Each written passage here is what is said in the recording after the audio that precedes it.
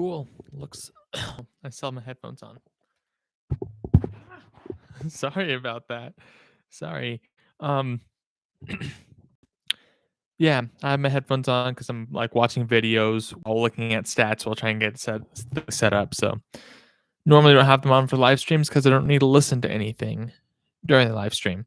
So sorry about me, the little freak out and me knocking the mic over. But great win for the Jazz. Loved it. Um, kind of expected with how many injuries the Nets had. So I don't know how much I want to dig into this one. Like honestly, if that was the team that the Nets brought out every single night, the Nets would be the worst team in the league because they had none of their stars. Um, yeah, just not a good team. They had Joe Harris. He played 5 minutes. They took him out. I'm not sure. Like I missed the beginning of the game, and I think that's when they decided to take him out. So I'm not sure if they're just like, okay, we're gonna lose this game. Let's give Joe Harris mainly a break tonight, or if he got hurt or whatever happened. But um, for the Nets, at least, hopefully they got some benefit seeing a lot of their younger players and players who don't normally get great minutes play and see how they play against a high quality team like this. Um, but honestly, it was just all good for the Jazz. I will say, for the first, what was it, like 5 or 6 minutes of the second quarter, the Jazz could just not hit a shot. So I missed the first few minutes of the first quarter, but what I did watch the first quarter, the Jazz couldn't miss. I saw Jordan Clarkson and Joe Ingles miss a couple in the first quarter, and I just kind of felt like they were forcing those shots. And then the second quarter, just no one could hit anything, which is weird until Donovan Mitchell came back in, and then things got going again. So cool. I don't know. What do you guys think about the win? Those of you who are here, I don't know. It was a blowout. The Nets were just injured. No one good played for them really. Um, so I'll take the win. Easy win for the Jazz, and the Jazz could just be dominant. I'll honestly, I won't skip the team stats. I'll go over them real quick because it's fun to see how good the Jazz play when they're just like not even trying and just blowing through a bad team. But they actually shot less than the Nets, but they made more. They made 23 3-pointers, which is awesome. And like, I don't know. I'll hop over the box score. I want to see who all made them because I came to the game late, and then by the time it was like halfway through the third, I stopped paying attention, and I did like 10% of my attention was on the game, and the rest was on finishing some homework because I knew what was happening, and it was just garbage time for almost the entire second half. But let's look at the threes. Royce hit one. Modan, he had a good game tonight, which is awesome. He was 4 for 6 from three, 5 for 8 from the field with 18 points. So hope like it was against a really bad team, so maybe against tougher defenses he can't keep that up. But maybe that's a sign that his shot will be coming back. Gobert didn't hit any threes, unfortunately, but we got Conley with 3 for 6, Mitchell 5 for 8, Niang was 5 for 8. The downside, so like we had some really good shooting performances there. Bojan, Conley, Mitchell, and Niang were all really good. Conley and Ingles. I see a comment from Will Jensen where he mentions Conley was 1 for 50. Clarkson, sorry. But Clarkson and Ingles did not shoot well. Clarkson was 1 for 15, 1 for 11 from three. I don't know what's up. Clarkson, he does force shots, and that's kind of his game. The shots that I was watching, though, like some of them were forced. That's what he does, but they weren't anywhere I just thought that was a terrible shot. So hopefully, like he's kind of been off for the past few games. So hopefully he gets back. That was a rough night for him. He still played 21 minutes. He contributed in other ways, even if it didn't pop up on the box score. But we need to see more from Clarkson because that's really his role.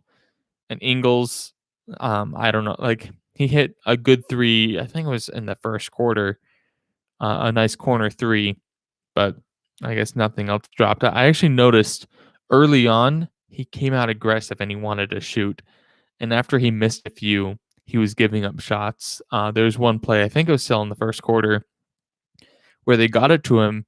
And this is like, because he's the kind of guy where the second he touches the ball, he'll shoot it. If you want a quick little shooting lesson, when you shoot a basketball, a lot of times what happens is, or like what shooting coaches say, it's hard to demonstrate because you only see my like shoulders, but you take the ball and you see a lot of good shooters. They catch the pass, they bring it down to their stomach, which is called the dip. If you guys know this, like just let me know. But like that's the dip, and then when you dip, that kind of lets you square the ball up in your hands. It lets you square your feet up, look at the basket. That gets you ready for the shot, and then you go with your shot motion. And Joe Ingles, he still does that. I've noticed he's done it a lot less though, because his shot is kind of funky. It's up above his head. So with the dip, and then he brings it up with his left hand, obviously, and that kind of funky shot way up above his head, it takes a little more time. So I've noticed he's gotten a lot better at the catching it at his face and then just shooting it from there. So that's a really long explanation for me saying that he caught the ball. He likes to shoot it immediately, but he gave the pass even though he had the space for the shot after he started missing, which um, in a game like this where they're blowing them out, I want to see Joe Ingles shoot those. Just like work himself, like if he gets in a slump this game, work himself out of the slump this game so it doesn't go carry over to next game. But yeah, I'm sure he's the kind of shooter that he's had slumps in the past, but it hasn't been anything terrible. Um, Lots of threes from the Jazz. That was really the entire strategy. Um, Gobert had a couple cool dunks. Obviously, like all the starters were limited minutes when it was a blowout. The last like 8 minutes of the game was just um, bench warmers coming in the game, which means that we did see Ilyasova for a few minutes. We only got 4 minutes from him, so I won't spend much time on that. I'm hoping we can see a game where he gets at least 10 minutes so we can kind of feel how he fits with the team, with the system, because um, I don't know, he could just be a bench warmer, but I think he, like what we've seen from him in the past as a player, he could be a contributing role player. Um, but I don't. I feel like the Jazz are kind of testing out some like Brantley. Don't know his story. Haven't followed that. Maybe he's been around for a while and I haven't been following that. So let me know if I'm just at fault there. But he kind of got split with those power forward minutes when it was garbage time and Ilyasova came in. I'll get to the comments here real quick. I said there wasn't much to analyze, but like one quick point I wanted to bring up for the Jazz is, interestingly enough, and this, because this is not a team and a lineup that we would ever play with how many injuries it comes to in the playoffs, and plus it's in the Nets, so we'll only see them if it's in the finals, and I'm guessing everyone's going to be healthy by then. But the interesting thing is like Gobert was good, he did his thing, but I noticed, especially first half, which I said I was paying attention to more, when Favors was in, we did a lot better. And like Gobert, he did his thing, but there were times when Gobert was in and like um, the Nets were playing a much smaller lineup when Gobert was in, and they didn't really play DeAndre Jordan much except for at the very beginning. So yeah, I thought that was interesting. Obviously, that doesn't tell us much, but it does tell us that um, like before the season, Nate and I were really hyped about what Derek Favors brings for this team, and that was just like a little glimpse at, because I don't think we've given him much love, especially after the Jazz took off and started playing really well. Because his stats haven't been great, but I think he's another one of those players that having him there without him on the team, I'm sure we'd still be like pretty high up in the West, but I'm sure there'd be some games that slipped, and maybe we'd be a 2 or 3 seed instead of a 1 at this point. That being said, I don't know. Yeah, not a ton more I wanted to dig into this one. It was kind of a garbage game for most of it. We got to see a lot of threes though, so that was fun. I'll hop into the comments. If you want to keep the live chat going, that's what makes this fun.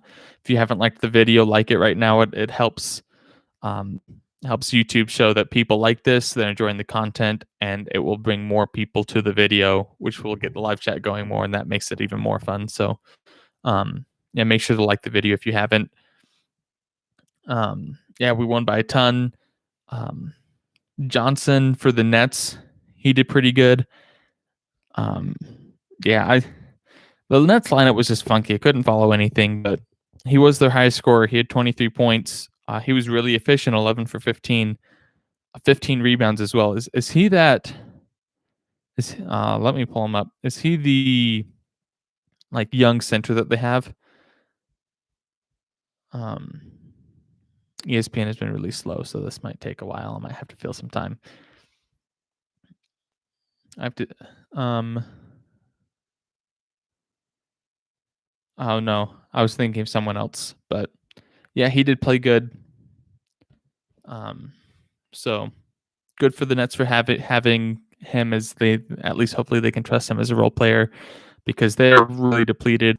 We might see a trade though with the trade deadline being tomorrow. So that's something to look out for. That'll be exciting to see anything that goes down in the next. I don't know. I don't know when the exact deadline is, but 24 hours or so. This time tomorrow, we should have all the news. I don't think it's midnight tomorrow. I think it's like 3 p.m. or something. It's not shooting well. Hopefully that fixes. Hopefully that gets fixed. Hi, I just ran back from the arena to my apartment to watch you guys. Sweet, love it. So you made it to the game, I'm guessing. Like that I feel like blowouts when your team wins, it's like both fun because you're watching your team win, especially when you go and like you can kind of enjoy that. But a blowout is always kind of like, especially if you don't go to a ton of games, it can kind of be annoying. But I'm glad that you got to go to the game. Going to an NBA game, especially like a Jazz game, is fun no matter what. Sawyer Weston say that Nate and I should play 1v1. We have not played, Nate and I haven't played basketball together in a long time. I don't know if we even have the resources to make even a decent video with that, but maybe we'll play sometime and then let you guys know how it goes. I remember one time I forget the situation. I don't know if it was like a open gym or whatever, and we were before it started, they just go shoot around, go mess around. They didn't really care before we actually started playing games. and I forget what game it was, but whether it was horse or whatever, and Nate just decided to take this. I don't know. I don't remember this game. It was weird rules because it's wherever you pick up the ball, you have to shoot it from there, and then if you make it, someone else. So it's like some weird hybrid horse game. And then the next person in line has to, if you make it, has to copy that shot. So Nate was I don't know, 15 feet away from the basket, but he was behind the basket, and it's those weird ones where it's the bar and then the two triangle bars going up, and he somehow fit it in there and made it, and I was next, so he got me out that way. It probably made no sense, but it's just one time Nate made a crazy shot, and he beat me in a game that way, and it was annoying because he could not make that shot twice in a row. Cool. Yeah, kind of went off there. Story Parker, yeah, Fibbs did good. I didn't look at his stats to see exactly what he did for box score. Yeah, 10 rebounds, 6 points. That's what I like to see from him. 2 blocks, that's great. But like the eye test, I felt like he impacted the game. Obviously, I don't know how huge of an impact it was because the Jazz just outmatched the Nets tonight. But the whole team played better when he was out on the floor is what I'm trying to get at. Sources the Nets might be saving a strategy for the playoffs. I don't know what they're doing. I know Harden was day to day. I was kind of hoping he would play just because, like, at this point, the Jazz are getting closer and closer to that lock of the 1 seed. Obviously, they've had a rough stretch, but other teams aren't playing particularly great either. So I want to see the Jazz play fully healthy teams, even if it means a few more losses in the regular season to get them prepped. Harden was injured, so I don't think I think there was just they knew. I don't know if he's ready to play or if he wasn't cleared yet, but I wouldn't be surprised if they thought, okay, the Jazz are a tough team. If we throw Harden out, we'll need everything he has even to try to win. So we might as well just take the loss and give the minutes to the younger guys, which isn't a bad strategy for the Nets at this point. Blake Griffin, he was questionable. I don't know how long out he's supposed to be. Kyrie Irving should be returning soonish, and same with Kevin Durant. So the Nets are really just depleted right now, injury wise, and they might be holding some players out just because the Jazz are a tougher win. I was hearing on the broadcast that the Nets might be looking at bringing Harden and Griffin back next game, and so maybe that was a strategy. Maybe that was just they didn't want to show their full strength, even though it wouldn't even be half strength just with those two back. But maybe they didn't want to show some new strategies against a really tough team like that for a probable loss either way to give them the strategy. So that's a thought that I'm guessing that was probably something that was going through their head. Oh, Johnson was on a 10-day contract. That's right. So good because he was the one who he's a role player, so it's like tough to follow the stories. But he was the one who was on the Pacers, I think, earlier this season. And then he just got signed by the Nets. So after a game like that, if he at least plays decent for the next game or two, then I'm sure he'll get like a contract at least through the end of the season. So good for him. That's kind of a cool story right there.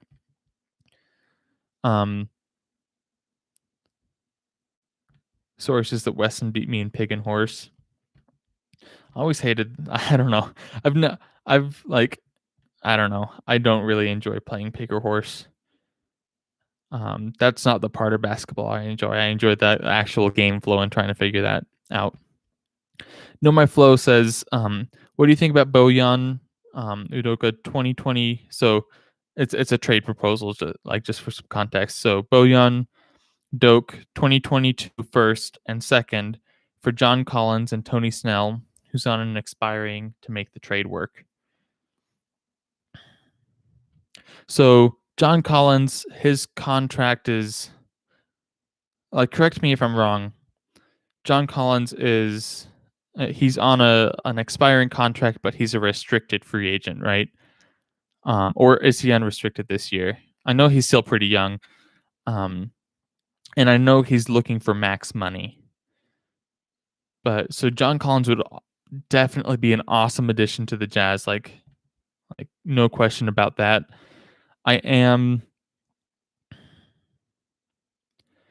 honestly, from the Hawks' point of view, if they're trying to if they know they're not going to sign Collins for a max, and he's probably going to get a max in this free agency, which means if the Jazz want him, even if he's restricted, they at least have to match that. So I think that would make the Jazz better. Obviously, we'd lose what Bojan brings, because when Bojan is on, obviously he's recently he's been in a slump. But when Bojan's on, he's the kind of guy who hits those buzzer beaters and wins games. So I think that's a really good balanced trade. I think the Hawks would definitely look at that and consider it. I don't know if because the Hawks are a young building team, so I don't know if they would love the idea of getting Bojan as the big piece in the deal. And from the Jazz perspective, it would be tough losing Bojan. I think John Collins is a better talent than Bojan is, so that'd be really interesting. The downside is I don't know if the Jazz want to make the sacrifice to get another max contract because that's what they would need to keep Collins on long term.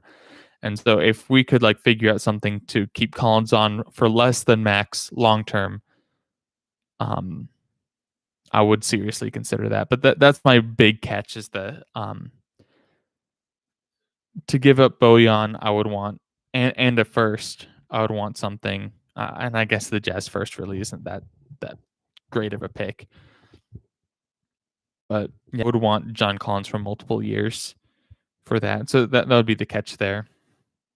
And okay, and you confirmed, yeah, he's on an expiring rookie deal, so it would be he is a restricted. It's just with how the free agent market, like everyone got money ready for this market, but a lot of players that they thought would be available re-signed, with the biggest player, like the biggest name being Giannis, and so teams will have the money this summer, and so I'm sure John Collins will find a place to sign for a max deal. So good for him, but I don't think the Hawks are wanting to re-sign him for that, which I think they should. For them, I don't know if I'd want the Jazz to do that. Sora asks, "Did you hear the JJ Reddick trade rumor?" I've been there's been a lot of trade rumors. I didn't hear what the JJ Reddick trade rumor. I heard that he was up for like that he was getting thrown around in trade rumors. I did not hear what the actual trades were. So if you have some specific ones there, that'd be interesting to hear. I'm really excited to see what happens.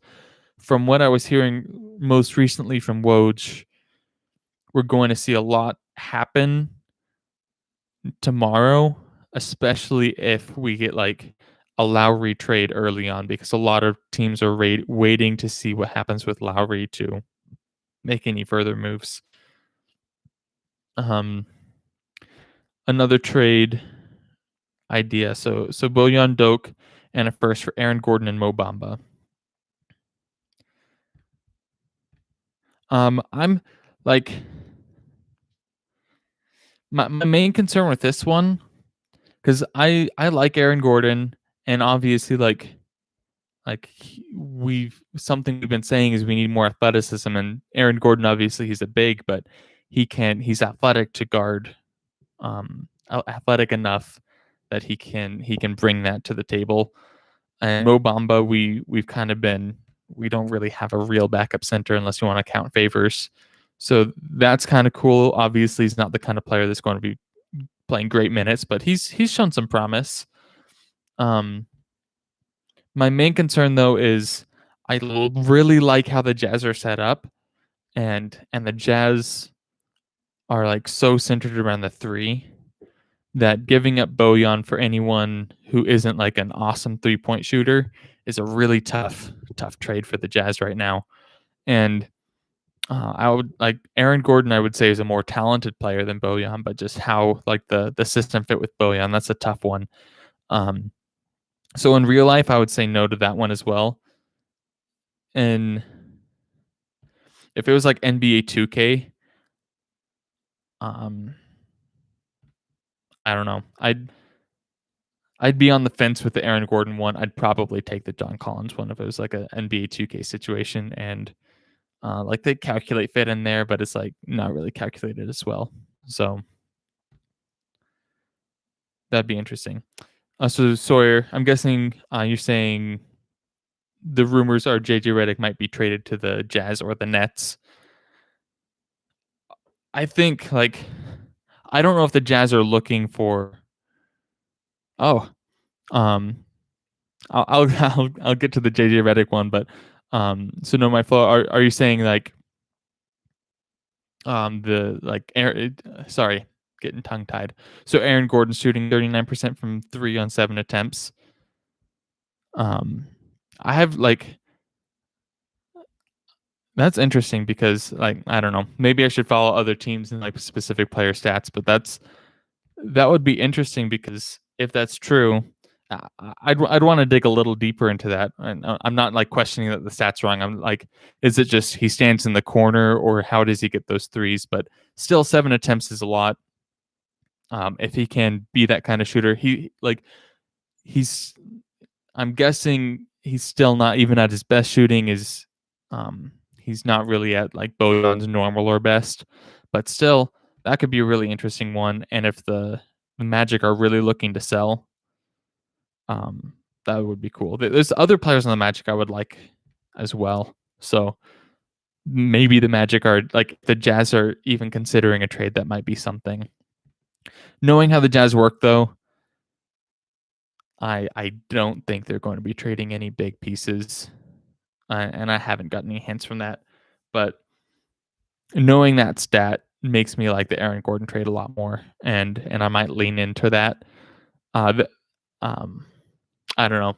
The tough part is the trade deadline's tomorrow, and I'd want to like really dig into that and figure that out. But good thing I'm not the one needing to like actually make the deal. But that does make it a lot more interesting, because then you get Aaron Gordon, who like he's not really known for his defense, but he's athletic, he has size, and he can shoot. Um, and so like you're just losing a better shooter and kind of a clutch scorer when he's on, and that's the main benefits that Bojan brings. He's not really a great defender. He's not really a ball handler. He does move really well off ball, which um I don't know if Aaron Gordon is known for that, especially since like the Magic, he's probably a pretty major part of the offense and has the ball in his hands a lot.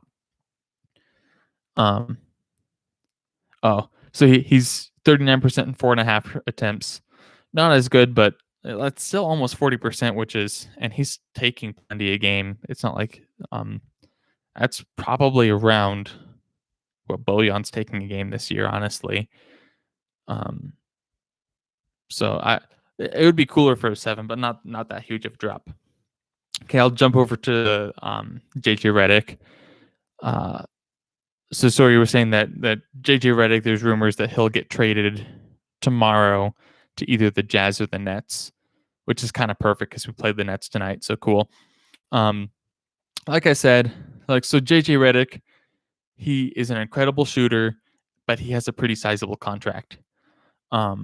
And so we would need to move someone like a Joe Ingles or a Jordan Clarkson or someone like that who has a contract like that. I think we have a couple trade exceptions, but it wouldn't be enough to make it work for JJ Reddick. I don't think. Correct me if I'm wrong, but last I was looking at it, and from what I remember, what JJ Reddick signed with the Pelicans for, I think that's how it would work. So I would love to have JJ Reddick on the Jazz. I think it would fit perfectly with what's going on. The tough part is who do we want to lose in order to get him? Um,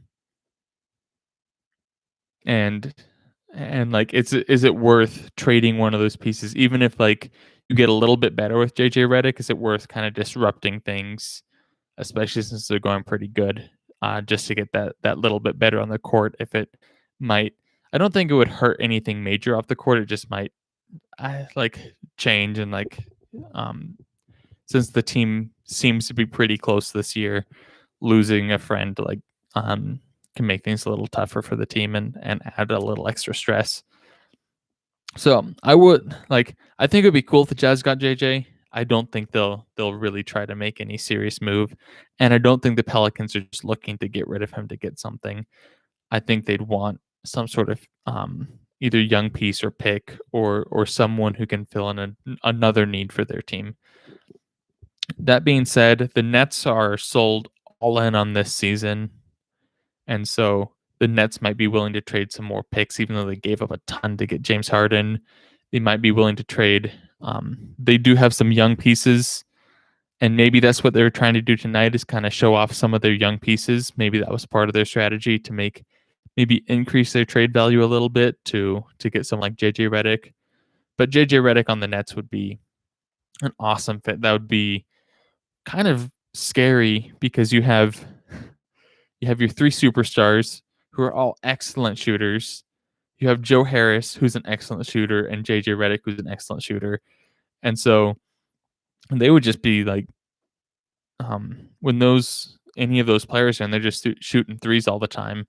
and that basically means that when Joe Harris is out, JJ's in, and they're both good enough to play plenty of minutes, so you'll get both of them on the court at times. And imagine that as a defense where you have to have two of your defenders glued to JJ Redick and Joe Harris because you can't give them any space in the 3-point line. And then like you only have three other defenders for the other team, like, and then on offense you can like run some motion and you can easily get a layup with that going on, or you have to play help defense and it leaves one of those guys open on the 3-point line, and you're going to be giving up if you're giving Joe Harris or JJ Redick an open three, that's going to be in probably pretty close to 50% of the time when they're open. So that makes it really tough on defense.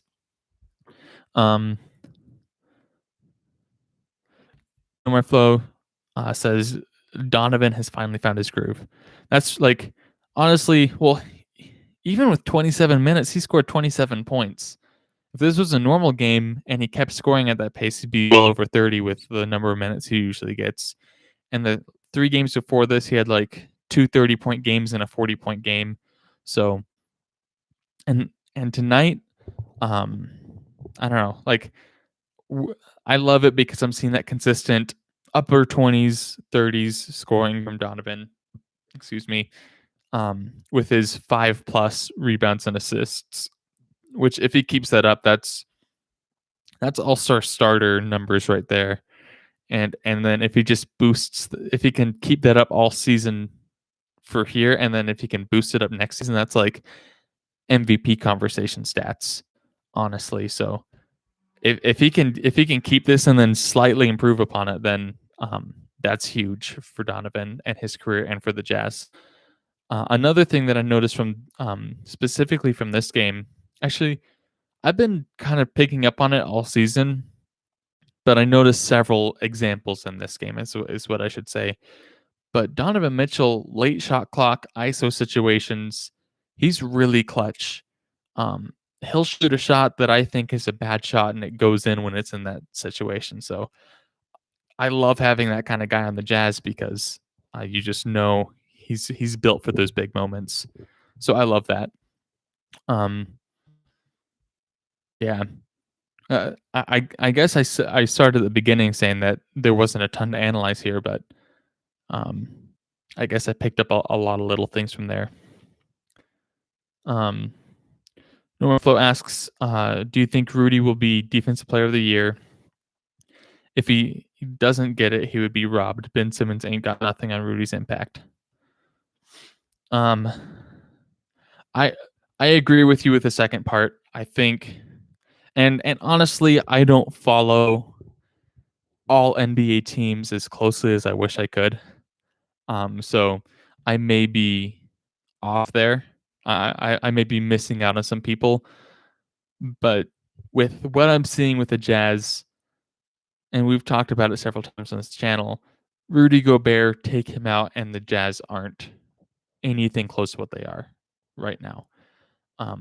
He anchors the team on defense, well, and offense as well.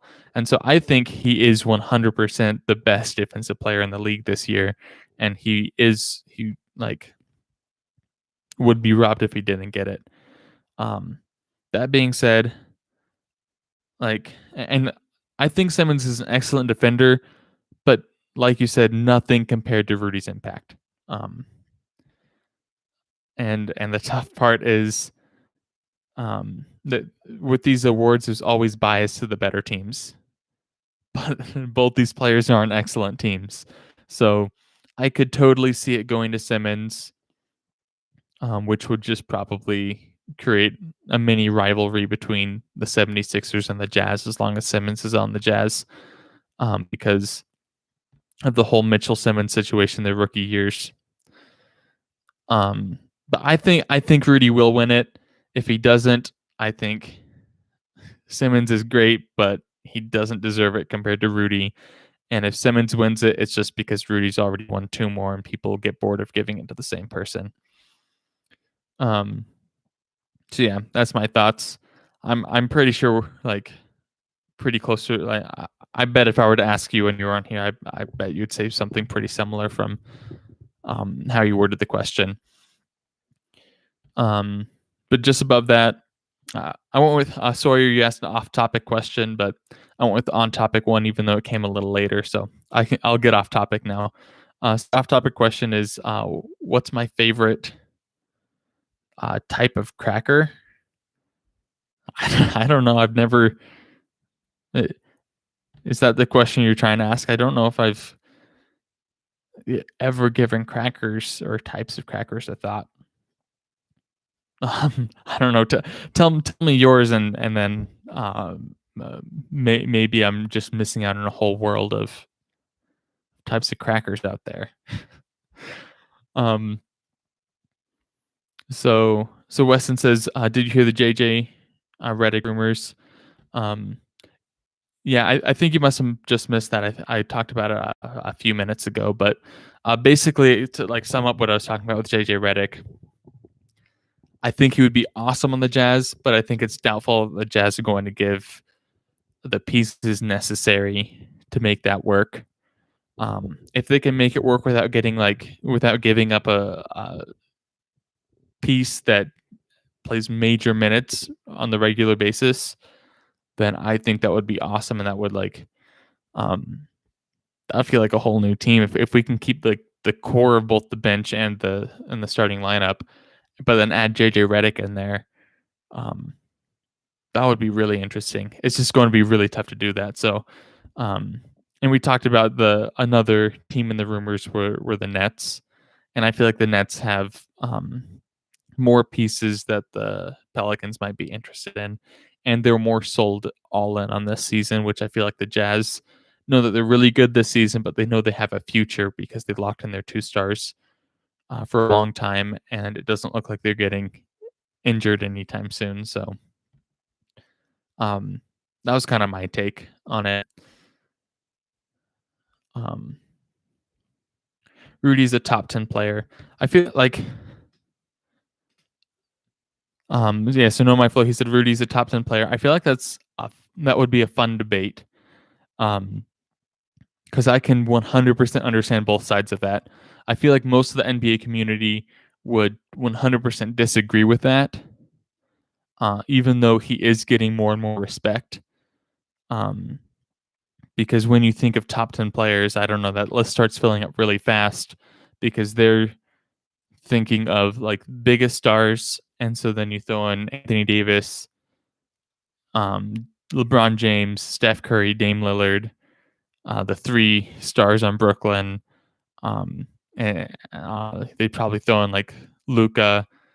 I don't know. And there's 2 spots left, and I'm sure you can name 5 or 6 other people that could fit in there. But Rudy is a different kind of star, and so the conversation will come down to like, how do you define top 10, and if it's like just overall impact on the game, win lose. I think that there's a lot that even advanced stats maybe don't pick up as well as they could. And I'm not an expert on advanced stats, so maybe that's just ridiculous to say. But like you said, like we were talking about earlier, the impact that Rudy has on the Jazz is so huge that even if you talk about like, and the Jazz being a top team in the league, and you talk about which player, like you remove one player from any team and it makes them considerably worse, that might be the one of like, I don't know if it'd be the biggest, but it'd be one of the biggest. Like if you were to remove one player from every team that you think, it's like a Jenga tower, that if they're gone, the team is nothing like they would be.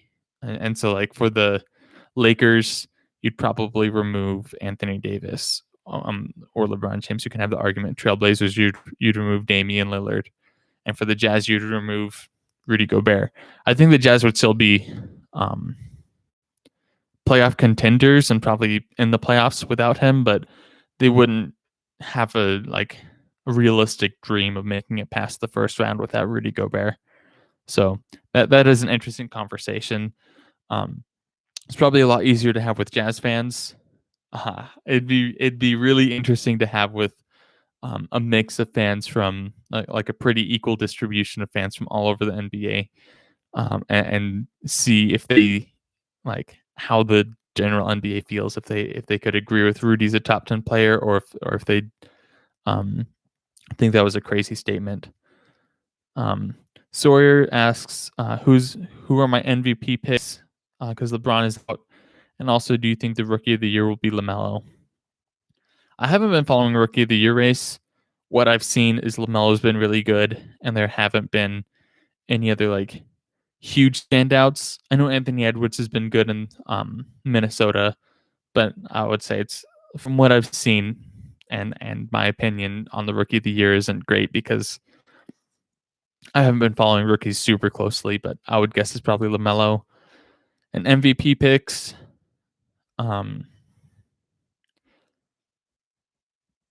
I don't think like I'll say it's just for fun, but I don't think he will. So this isn't my pick, but I think Donovan Mitchell, if he continues the level of play that he's playing right now for the rest of the season, he'll probably get some votes. Is what I'm going to say. But as far as my MVP pick, and um, I don't know, this is probably not popular, especially with Jazz fans, but I think it's going to be James Harden as long as he doesn't miss too many more games.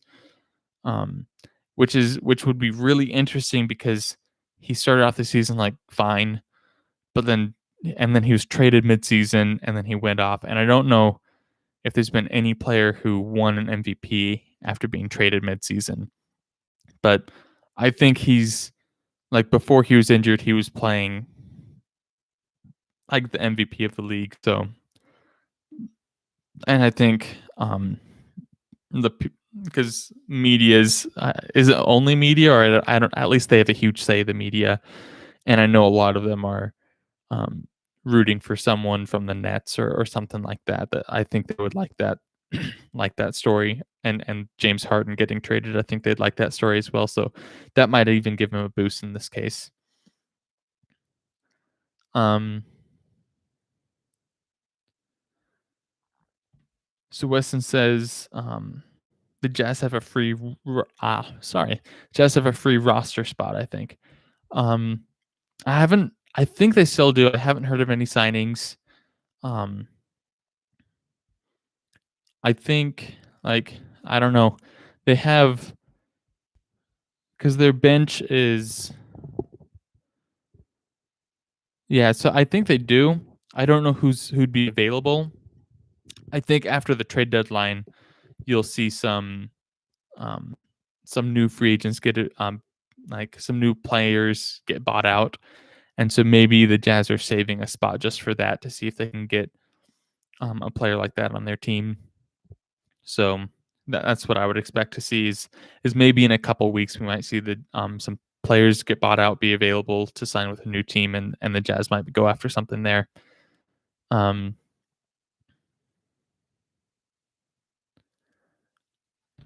Sawyer Parker, he's kind of dreaming, but says, I know this won't happen, but Lillard can go to Utah. That would be cool. Um, I don't think Lillard would ever leave the Trailblazers, but anywhere like if he were to go to Utah, I would love that. I've because like obviously he went to college, he came and played at Weber State, and so I'm sure a lot of fans in Utah, myself included, have been following Damian Lillard since his rookie year and have been rooting for him. So it's been awesome to see where he's at. If he comes back to Utah, like that would be a ridiculous team. Um,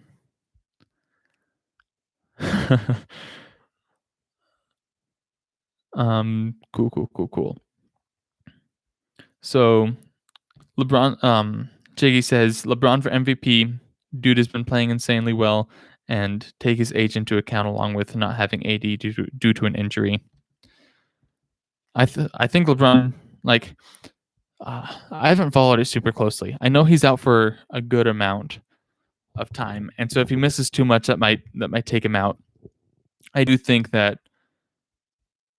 LeBron's ridiculous. Like he as much as like I feel like a lot of the league, it's like mixed feelings. Some fans love him just because of how great he is, and you have to admit how great he is. But a lot of fans don't love him because he's just been the guy standing in the way the whole time. They just wanted to get through LeBron. So he's been playing great this season. So it's hard to argue against LeBron for MVP. I think the main argument would be if he misses too much time due to injury, then it'd be tough to give it to him at that point. Um, did you hear Denver wants Lonzo and is offering Bol in the trade package? That honestly, like moves like that for Denver, I think are pretty smart. Because Denver, they have quite a bit of young talent, but they're kind of in a win now mode. And so Bol, he has a lot of potential. He might not turn into anything. So if they can turn Bol into, so they can stop worrying about developing talent into someone who's more developed. And Lonzo's kind of an interesting case because a lot of people think he's kind of a bust. I think he adds a lot of value, especially when you have talent around him. So I think that would be an interesting deal, and I think those are the kind of deals Denver should look for. They have Jokic in his prime right now. They need to get the right pieces around Jokic. They can't worry about developing players. I know it might be selling a bit of your future, but I would rather, if I were a Nuggets fan, I would rather sell pieces of my future for a championship like in the next 4 years than just have a good team but never win a chip. Just because you're focusing a little too much on the future. Um, Source says Harden is good at shooting but plays no defense. You don't need defense to win an MVP. But I think when it comes playoff time, especially if the Nets are all healthy, you're going to see Harden play defense. And I think when it comes down to, and this is my opinion, I may be completely wrong, and you can roast me if I'm wrong when it comes to it, but I think you'll see Harden play good defense, and I think you'll be kind of surprised at how good of a defender Harden can be when he really puts that effort in on the defensive end.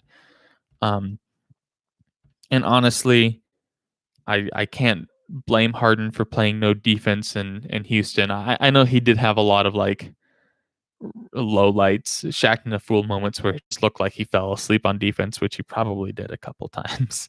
But when you're responsible to score 40 points a game in order for your team to win, and that's just like you're putting all your energy on the offensive end. Even like if I'm your coach, I don't want you like because defense is more effort than like skill. And so if I'm your coach, especially Harden, who has a history of um, like he kind of gets tired, especially with like longer games or when it comes down to the wire, you see him get burnt out.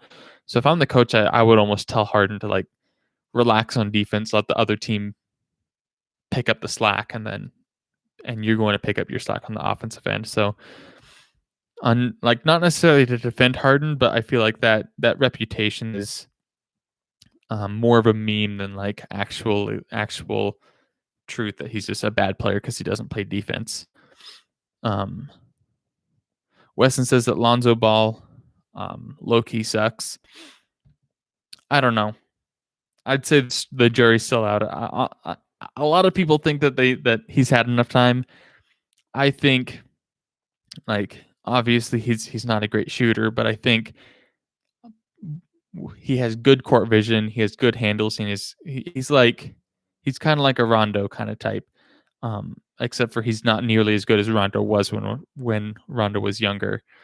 Um, but putting that kind of point guard around the right talent can really amplify your talent and can really amplify that point guard. So I would like to see him surrounded by more mature players and see him in like a championship contention scenario and see how he performs there. If he doesn't perform then I'll probably give up on him. Royce O'Neal is one of my favorite players. He's grown a lot on me this year. He hustles. He plays great defense. Um, he hits down threes when he's open. Um, I don't know. He's honestly, I want to see him stay in Utah for a long time, but he's the kind of player that, with how he's been playing this year, championship contenders want players like Royce O'Neal. So he may be more valuable once his contract is up, as long as he keeps this up, keeps improving, and obviously doesn't get injured. Sources: Lonzo is so overhyped. That's true. All of the Ball brothers were overhyped, except for LaMelo. We'll see how he pans out. He's been good, but he's had a lot of rookie mistakes so far, so we'll see how that goes. Jiggy says Lonzo is great this season. After getting beat by his brother, he has changed his game a lot, actually. His shot is better, and he's shooting a higher percentage than the last few seasons. Yeah, I remember, like, I don't remember where I heard it, whether it's like a video or I read an article on something, but I remember a lot of people were surprised that Lonzo was actually playing pretty good this season, because a lot of people predicted with Stan Van Gundy, him coming in, being the coach, they thought that Lonzo Ball would not fit in that system, but he's fitting in. So I'm rooting for him because I know he was overhyped, and like I was kind of rooting against him at first, but then when everyone gave up on him, and after I watched some of his film actually in the NBA, I like that style of pure point guard. So if he can pull it off, then that might give some hope that there could be more successful pure point guards, which me personally, I think it's fun to watch. I don't know. Some people think it's boring, so NBA teams just care what wins. So we'll see how that goes. Right now, there's not a ton of pure point guards, so I don't know if that's just lack of availability or teams are looking for more out of their point guards now.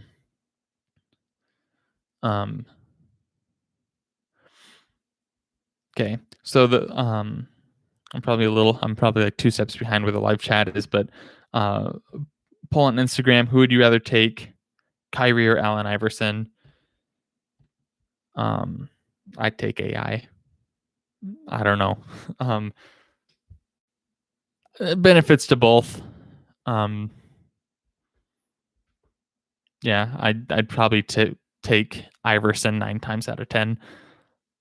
I'm trying to think of like the scenarios of when I would want to take Kyrie over Iverson, but in almost every case, I'd rather Iverson because, like Kyrie, he's better at ball handling, and he's a better passer, but he's also not like the most willing passer in the world, which is kind of interesting. And Iverson, he's not the most willing passer in the world, but I'd rather the ball in his hands when it comes to someone needing to score than Kyrie Irving, even though both of them are great at it.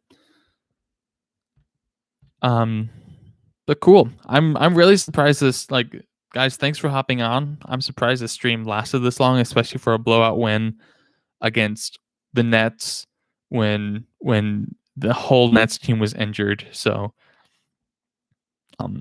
it's kind of weird, like yeah, it's kind of interesting. I feel like a lot of the Jazz, their like nationally televised games turn out to be like duds because of injuries or something like that. Weston, you saw it coming. But yeah, great game, guys. Thanks for coming out. Sorry. I was hoping for more from this game. I was hoping Harden would play, but I'll take the W. And with that being said, the next game is against the Grizzlies on Friday, so make sure to tune in after that game. That should be a lot of fun. I expect the Jazz to win. The Grizzlies are a fun team to watch. Again, I haven't followed their injury super close, so maybe it'll be another dud because the Grizzlies might be injured as well. But thanks for being here. Thanks for liking the video. Thanks for keeping the chat fun. And I'll see you all on Friday night. Thanks. Have a good night.